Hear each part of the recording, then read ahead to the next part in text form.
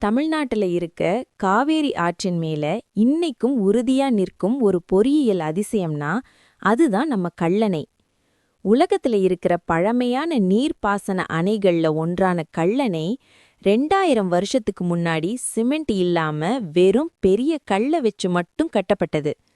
இந்த கல்லணை 2000 வருஷமா வெள்ளத்தையும் மழையையும் தாண்டி நிலைச்சிருக்குதுன்னா அது நம்ம தமிழர்களின் அறிவையும் அறிவியலையும் தெரியப்படுத்துது. இந்த கல்லணை கரிகால சோழனால் கட்டப்பட்டது. இந்த கல்லணை சுமார் 329 மீட்டர் நீளமும் 20 மீட்டர் அகலமும் 5.4 மீட்டர் உயரமும் கொண்டதா இருக்கு.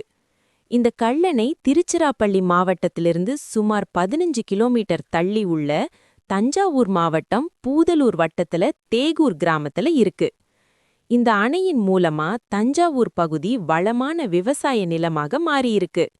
இதனால தான் அந்த பகுதிய நம்ம தமிழ்நாட்டின் அரிசி களஞ்சியம்னு சொல்றதுக்கு காரணம்.